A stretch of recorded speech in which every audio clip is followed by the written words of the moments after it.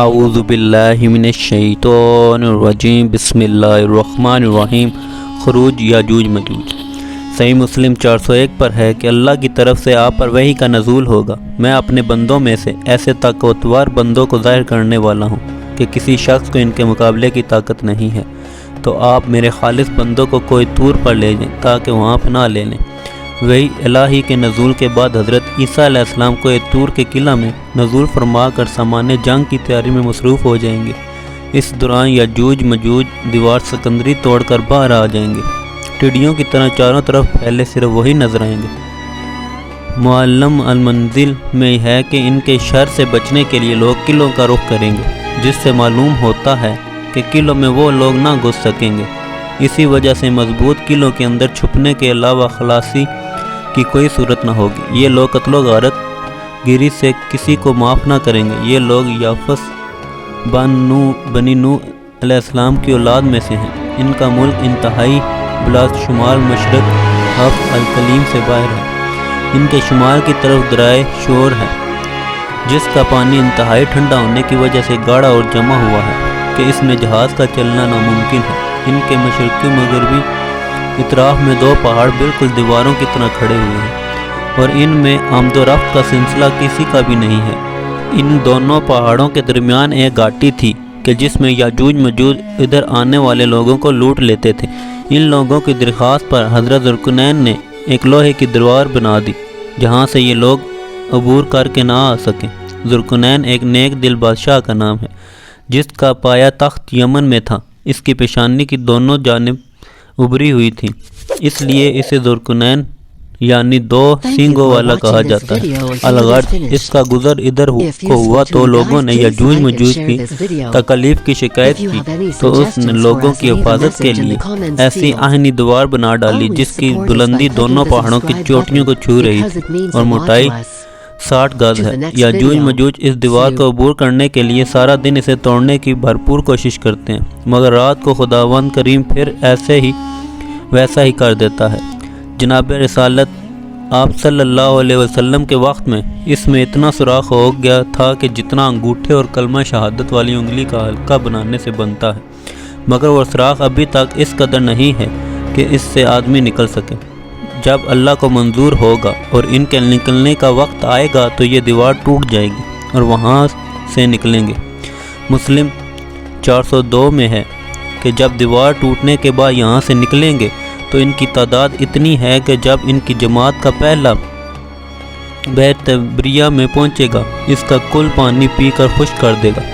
بحیرہ تبریہ قبرستان میں ایک چشمہ ہے جس کی شکل مربع ہے۔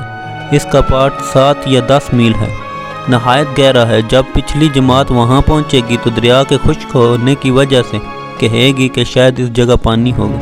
یہ لوگ ظلم، قتل و قتال، برداری، عذاب دہی اور قید کر کے لوگوں میں ظلم و ستم کا ایک بازار گرم کریں گے۔ مسلم 401 پر ہے کہ اسی طرح لوگوں کو پریشان کرتے ہوئے جب ملک شام میں آئیں گے تو یہ کہیں گے اب ہم نے زمین والوں کو ختم کر دیا، چلو آسمان والوں کا خاتمہ کر ڈالیں۔ یہ کہہ کر آسمان کی طرف تیر پھینکیں گے۔ خداوند کریم اس تیر کو خون میں لت پت واپس فرمائے گا۔ یہ دیکھ کر وہ بڑے خوش ہوں گے، اب تو ہمارے سوا کوئی بھی باقی نہ رہا۔ اس فتنہ میں حضرت عیسیٰ علیہ السلام اور آپ کے ساتھیوں پر تنگی معاش کا یہ عالم ہوگا کہ گائے کا قلعہ 100 اشرفی کا ہو جائے گا۔ آخر حضرت عیسیٰ علیہ السلام دعا کے لیے کھڑے ہوں گے، آپ کے ساتھ آپ کے پیچھے کھڑے ہو کر آمین کہیں گے۔ اس دعا کی قبولیت کی وجہ سے اللہ تعالیٰ ایک بیماری بھیجیں گے۔ اس بیماری کو عربی میں نغف کہتے ہیں۔ یہ ایک قسم کا دانہ اور پھنسی کی شکل میں ہوگا۔ یہ بھیڑ بکریوں وغیرہ کی ناک اور گردن میں نکلتا ہے اور طاعون کی طرح تھوڑی دیر میں انسان کو ہلاک کر دے گا۔ ساری کی ساری قوم یاجوج ماجوج ایک ہی رات میں ہلاک و برباد ہو جائے گی۔ حضرت عیسیٰ علیہ السلام جو اس وقت اپنے ماننے والے لوگوں کو لے کر ایک قلعہ میں محفوظ ہوں گے، جب ان کو ان کے حالات کا علم ہوگا تو تحقیق حال کے لیے چند آدمیوں کو بیرون قلعہ بھیجیں گے، اور ان سڑی ہوئی لاشوں سے بدبو پھیلنے کی وجہ سے زندگی مقدر ہو رہی ہوگی۔ تب لمبی لمبی گردنوں والے جانور ظاہر ہوں گے اور ان لاشوں میں سے کسی کو کھا لیں گے اور کسی کو جزیروں میں پھینک دیں گے، اور ان کے خون اور زرد رنگ کے پانی سے زمین کو پاک کرنے کے لیے بڑی بابرکت بارش ہوگی جو متواتر 40 دن تک برسے گی، جس سے کوئی کچا پکا مکان اور کوئی خیمہ چھپر ٹپکے بغیر نہ رہ سکے گا۔ اس بارش کی وجہ سے پیداوار نہایت ہی بابرکت اور بافراغت ہوگی۔ مسلم صفحہ 402 میں ہے کہ برکت کا یہ عالم ہوگا کہ ایک سیر اناج اور ایک گائے یا بکری کا دودھ ایک خاندان کے لیے کافی ہو جائے گا۔ تمام لوگ آرام و آسائش میں ہوں گے۔ زندہ لوگ مردوں کی آرزو کریں گے، کاش ہمارے فوت شدہ لوگ بھی آج ہوتے تو ہمارے ساتھ وہ بھی عیش کرتے، اسلامی نظام کی برکات کو اپنی آنکھوں سے دیکھتے۔ روئے زمین پر سوائے اہل ایمان کے کوئی نہ رہے گا، کینہ و حسد لوگوں سے اٹھ جائے گا، اعلیٰ اخلاقی زندگی ہوگی، سب کے سب لوگ احسان و اطاعت الہی میں مصروف رہیں گے۔ لوگوں کی نیکی اور اطاعت الہی کی برکات کی وجہ سے جانور بھی متاثر ہوئے بغیر نہ رہ سکیں گے، اور جانور حتیٰ کہ سانپ اور درندے بھی ایک دوسرے کو اور لوگوں کو تکلیف نہ پہنچائیں گے۔ ترمذی میں ہے کہ یہ قوم جوج مجوج کی تلواروں کی نیامیں اور کمانیں ایک عرصہ تک جلانے کے کام آتی رہیں گی۔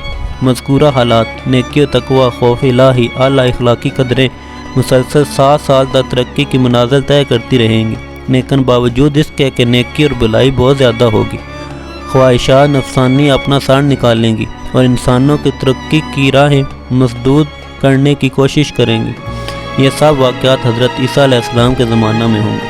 حضرت عیسیٰ علیہ السلام کا قیام 40 سال رہے گا، آپ کا نکاح ہوگا، اولاد پیدا ہوگی، پھر انتقال فرما کر حضور صلی اللہ علیہ وسلم کے روضہ مطہرہ میں مدفون ہوں گے۔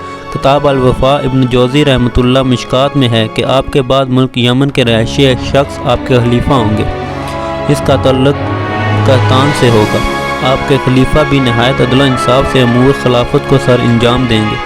مسلم شریف میں ہے کہ ان کے بعد چند اور بادشاہ ہوں گے جن کے عہد میں کفر و جہالت کی رسوم عام ہو جائے گی اور علم بہت کم ہوگا۔ اس دوران ایک مکان مشرق میں اور ایک مکان مغرب میں دھنس جائے گا۔ بخاری مسلم کی روایت ہے، ان مکانوں میں ہلاکت ہونے والے تقدیر کے منکر ہوں گے، دھوئیں کا عذاب اور باب توبہ۔ صحیح مسلم میں ہے کہ انہی دنوں میں ایک دھواں نمودار ہوگا جو زمین پر چھا جائے گا اور اس سے لوگ تنگ ہو جائیں گے۔ اس دھوئیں کی وجہ سے مسلمان تو صرف ضعف دماغ و قدورت حواس اور نزلہ وغیرہ میں مبتلا ہوں گے، مگر منافقین و کفار ایسے بے ہوش ہو جائیں گے کہ بعض 1 دن، بعض 2 دن، 3 دن میں ہوش میں آئیں گے۔